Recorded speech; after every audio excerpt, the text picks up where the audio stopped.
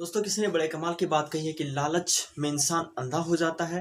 लालच एक बुरी बला है। गाइस, मैं हूं विकास और आप देख रहे हैं केवी मोटिवेशन। दोस्तों एक छोटी सी कहानी, ये कहानी एक पंडित जी की है जो किसी गांव में अपने परिवार के साथ रहा करते थे।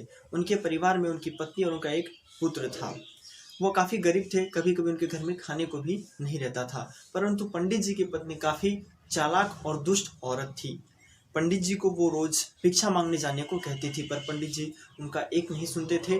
घर में बैठे राम नाम जाप किया करते थे। परंतु पत्नी तो पत्नी है, हर रोज उन्हें लज्जित किया करती थी। पंडित जी उनके लज्जित करने से परेशान होकर एक दिन अपनी पोथी पत्रा उठाया और घर से निकल दिए, दूसरे गांव की तरफ चल दिए। चलते चलते वो घने जंगल में पहुंचे। शाम होने वाली थी तो वो उसी जंगल में एक पेड़ के नीचे, पीपल के पेड़ के नीचे बैठकर रात गुजारी। सुबह होते ही बगल के नदी में स्नान किया और दूसरे गांव की तरफ चल दिए। दूसरे गांव में पहुंचे। वहां उस गांव में गांव वाले न तो उससे कोई कथा सुनना चाहता था और ना ही उससे कोई भिक्षा दे रहा था। तो पंडित जी दुखी होकर उसी पीपल के पेड़ के नीचे आकर बैठ गए और बोले कि मेरा कथा तो कोई नहीं सुनता, मैं इसी पीपल के पेड़ को अपना कथा सुनाता हूँ। उस पीपल के पेड़ के नीचे एक काला सांप रहता था, विशाला काला सांप रहता था। तो पंडित जी अपनी कथा सुनाने लगे। कथा पूर्ण हुई। उस पेड़ के नीचे, पीपल के पेड़ के नीचे से काला सांप निकला और पंडित जी को एक स्वर्ण मुद्रा देते हुए बोला कि इसी तरह तुम रोज आकर मुझे कथा सुनाया करो, मैं तुम्हें रोज एक स्वर्ण मुद्रा दिया करूंगा। पंडित जी उनकी बात मान गए और स्वर्ण मुद्रा ले लिए। फिर काला सांप बोला कि ये बात किसी से मत कहना। पंडित जी हर रोज ऐसा ही करते। सुबह जगते, नहा धोकर उस पेड़ के पास जाते और कथा सुनाते। कथा सुनने के बाद सांप निकलता, उसे एक स्वर्ण मुद्रा देता, फिर वापस चला जाता। पंडित जी अपने घर चले जाते। हर रोज ऐसा ही चलता रहा। कुछ दिनों बाद पंडित जी काफ़ी धनवान हो गए, काफ़ी अमीर हो चुके हैं, काफ़ी अमीर हो गए। गांव वालों में चर्चा होने लगी कि अरे ये पंडित जी अचानक इतने धनवान कैसे हो गए, इतने अमीर कैसे हो गए। सब चर्चा करने लगे, पर पंडित जी को लोगों की इन बातों से कोई फर्क नहीं पड़ता था। तो आस पड़ोस की औरतें पंडित जी की पत्नी के पास गई और उससे पूछती है कि आपके पति क्या करते हैं जो अचानक आप इतने धनवान हो गए। उनकी पत्नी के मन में शंका पैदा हो गया। तो उस दिन शाम में वो अपने पति यानी कि पंडित जी से पूछ बैठी कि आपको इतना धन कौन देता है, आप कहाँ से लाते हैं इतने पैसे। पंडित जी उनको बोले, अपनी पत्नी को बोले कि तुमको इससे क्या मतलब, तुम बस अपने काम से काम रखो। उसकी बातों को टाल दिया। पर उनकी पत्नी रोज पूछती थी, रोज पंडित जी टालते रहते थे। कुछ दिन टाले, पर एक दिन उनकी पत्नी ने उसे मजबूर कर दिया ये बात को बताने के लिए। तो पंडित जी अपनी पत्नी से ये बात बता दिए कि वो कहाँ से पैसा लाते हैं, नाग वाली सारी बात अपनी पत्नी को बता दिए।